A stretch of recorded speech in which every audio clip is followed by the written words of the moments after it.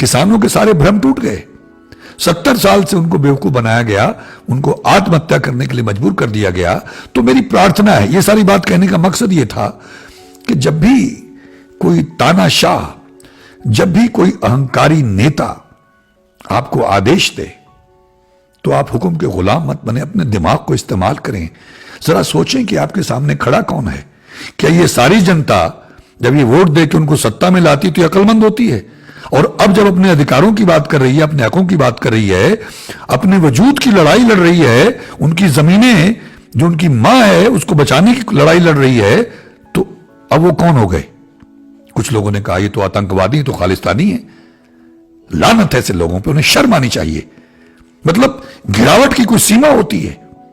इतने सारे लोग वहां बैठे हुए हैं, कुछ लोगों ने यह लिख दिया कि और किसानों को तो प्रॉब्लम नहीं है, पंजाब के किसानों की प्रॉब्लम क्यों है?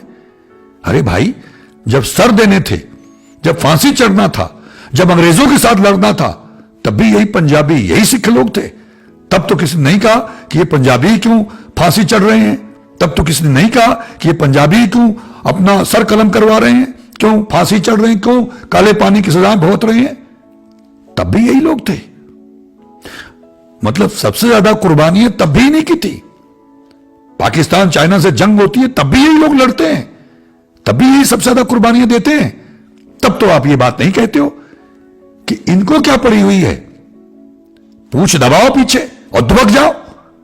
अब लोग ये बात करते हैं, उनको शर्म नहीं है। लानत है ऐसे लोगों पर जो इस तरह की गंदी सियासत करके इस तरह की बकवास करते हैं सोशल मीडिया में कि इन किसानों को बड़ी दिक्कत है। भाई इनको क्या प्रॉब्लम है, दूसरे किसानों को नहीं है? आप जरा दूसरे किसानों का हाल तो देखिए। आप यूपी में, बिहार में, मध्य प्रदेश में, राजस्थान में किसानों का हाल तो देखिए।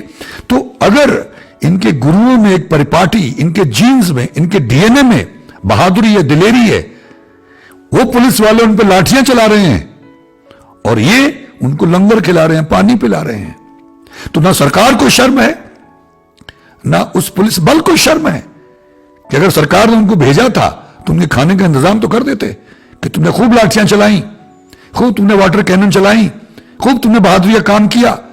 मैं समझता हूं कि हमारे हर जवान को शर्म से अपना सर झुका लेना चाहिए कि तुम अपने अन्नदाताओं को, तुम अपने मालिकों पर ये अत्याचार करते हो, तुम्हें शर्म नहीं आती है। विदेशों में जब उनकी आर्मी को, उनकी पुलिस को यह लगा कि ये लोग सही है, जनता सही है, तो वहीं खड़े खड़े वो जनता के साथ हो गए। हमको क्या हो जाता है, जब अंग्रेज थे तब भी तो हमारे ही लोगों ने उनकी फौज ज्वाइन की, उनकी पुलिस ज्वाइन की, और हमारे लोगों को बूटों से रौंदा, हमारे क्रांतिकारियों को, हमारे देशभक्तों को रौंदा, मार डाला।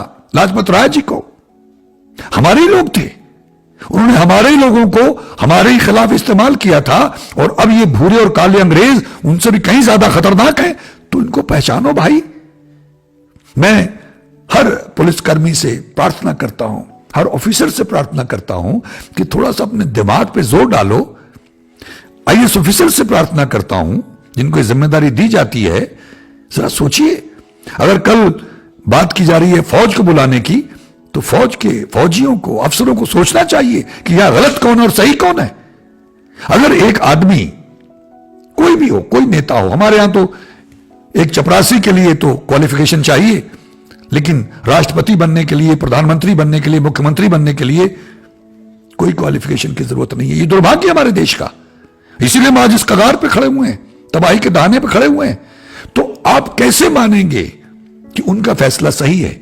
और ये जो इतने लोग खड़े हुए हैं, अब तो यूपी से, बिहार से, राजस्थान से, हरियाणा से, मध्य प्रदेश से, महाराष्ट्र से सारे किसान आ रहे हैं। और मैं समझता हूं कि अब किसी भी किसान को बैठना नहीं चाहिए, क्योंकि किसानों के साथ हमेशा से अन्याय हुआ, मजदूरों के साथ अन्याय हुआ, गांव के साथ अन्याय हुआ है। अब हर गांव के लोगों को, किसानों को, मजदूरों को उठना चाहिए और हमारे देश के हर सज्जन को, हर देशवासी को, हर नागरिक को इनके साथ खड़ना चाहिए। मैं उन लोगों के जज्बों को सैल्यूट करता हूं जो भाई कंबल लेके आ गए, कंबल बांटने लग गए। एक बच्ची चाय लेके आ गई इतना ही है कि वो बेचारी चाय बना सकती थी तो चाय लेके आ गई उनके लिए। ऐसे ही लोग लंगर लेके आ रहे हैं, खाना लेके आ रहे हैं किसानों के लिए। इन्होंने हमको हमेशा खिलाया है, हमारा पेट भरा है, हमारा चूल्हा जलाया है, चाहे हम कोई भी हों। आज हमारी जिम्मेदारी है। इन्होंने हमेशा हमसे कभी कुछ मांगा नहीं है, अब भी नहीं मांग रहे। कोरोना के लिए हमको डरा डरा के अंदर घुसेड़ा हुआ है, मास्क लगाए हुए हैं, वैक्सीन की तैयारियां हो रही हैं। ये उसको डिफाई करते हुए लाखों की तादाद में ठंड में बैठे हुए हैं। इन पे गंदे पानी की वो जो गन है वो बौछारें डाली जाती हैं, इनको लाठी से मारा जाता है, लेकिन ये वहां बैठे हुए हैं। हमारे देश के सभी लोगों को अपने बचाव के लिए, अपने देश के बचाव के लिए उनके साथ खड़े होना चाहिए। मैंने पहले भी एक वीडियो में कहा था कि ये फैसला है सबूत देने का कि हम जिंदा हैं या मर गए। अगर जिंदा हो और वास्तव में देशभक्त हो, मैं सभी से कहता हूं, तो आपको तकलीफ होनी चाहिए कि हो क्या रहा है। हमारे नेताओं की अकल को क्या हो गया है? क्यों जबरदस्ती कर रहे हैं? जब वो कह रहे हैं भाई आज तक कभी ऐसा हुआ है कि हमारे देश के लोगों का जबरदस्ती भला किया गया हो? आप क्यों जबरदस्ती कर रहे हैं? उनको नहीं मंजूर है तो क्या ठीक है, नहीं मंजूर है तो कोई बात नहीं। इसमें प्रेस्टीज क्या है? इसमें ईगो की बात क्या, अहंकार की बात क्या है?